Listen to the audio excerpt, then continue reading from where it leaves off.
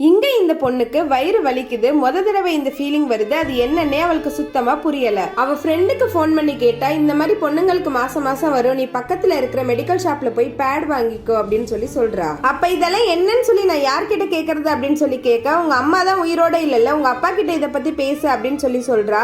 ஆனா நான் எங்க அப்பா கிட்ட எப்படி இத பத்தி பேசுறது அப்படின்னு சொல்லி அந்த பொண்ணு யோசிக்கிறா. அவங்க அப்பா கிட்ட பேச போனவ கூச்சப்பட்டுக்கிட்ட கீழே போறேன்னு சொல்லிட்டு பக்கத்துல இருக்கிற மெடிக்கல் ஷாப்க்கு போறா. பட் அங்க எதுவுமே வாங்காம திரும்பி வீட்டுக்கு வந்து வீட்டுல இருக்க துணிகளை எல்லாம் சின்ன சின்னதா கட் பண்ணி யூஸ் பண்றா. அடுத்த நாள் அவங்க அப்பா பொண்ணுக்கு சமைச்சு வச்சுட்டு பொண்ணை போய் எழுப்புறாரு. ஆனா அவங்க பொண்ணு எழுந்துட்டு, நான் இன்னைக்கு ஸ்கூல் போகலப்பா அப்படின்னு சொல்லிட்டு சொல்றா. என்னன்னு கை வச்சு பாக்குறாரு. அப்ப அந்த பொண்ணு உடம்பு நல்லா தான் இருக்கு. அப்ப அந்த பொண்ணு, இல்லப்பா எனக்கு இன்னைக்கு வயிறு வலி, நான் இன்னைக்கு ஸ்கூல் போகல அப்படின்னு சொல்லிட்டு சொல்லவும், சரிம்மா அப்படின்னா நானும் இன்னைக்கு லீவ் போட்டு உன் கூடவே இருக்கேன் அப்படின்னு சொல்லிட்டு போறாரு. அந்த பொண்ணு அவங்க அம்மா மிஸ் பண்ணி அழுதுகிட்டு இருக்கா. வெளியே போன அவங்க அப்பா இப்பதான் அவருக்கு புரியுது அவங்க பொண்ணுக்கு என்ன நடந்திருக்குன்னு. அப்ப அவங்க அப்பா மெதுவா அந்த பொண்ணு கிட்ட போய் உட்காந்து, என்ன மன்னிச்சிடுமா, நீ ரொம்ப பெரிய பொண்ணு ஆயிட்ட, நான் அதை கண்டுக்காம விட்டுட்டேன் அப்படின்னு சொல்லிட்டு, உனக்கு நடக்கிறது பீரியட்ஸ்மா, இனி மாசத்துக்கு ஒரு தடவை இந்த மாதிரி நடக்கும், அப்ப வயிறு வலியும் வரதான் செய்யும். அப்போ இந்த மாதிரி வாட்டர் பேக்க சூடா வயிற்றுல வச்சுக்கிட்டேன்னா கொஞ்சம் வயிறு வலி குறையும். அது போக இந்த டைம்ல உனக்கு கோவம் வரும், இரிட்டேஷனா இருக்கும். ஆனா அது எல்லாத்துக்குமே காரணம் நீ இப்ப சின்ன பொண்ணுல இருந்து ஒரு பெரிய பொம்பளையா மாறிக்கிட்டு இருக்க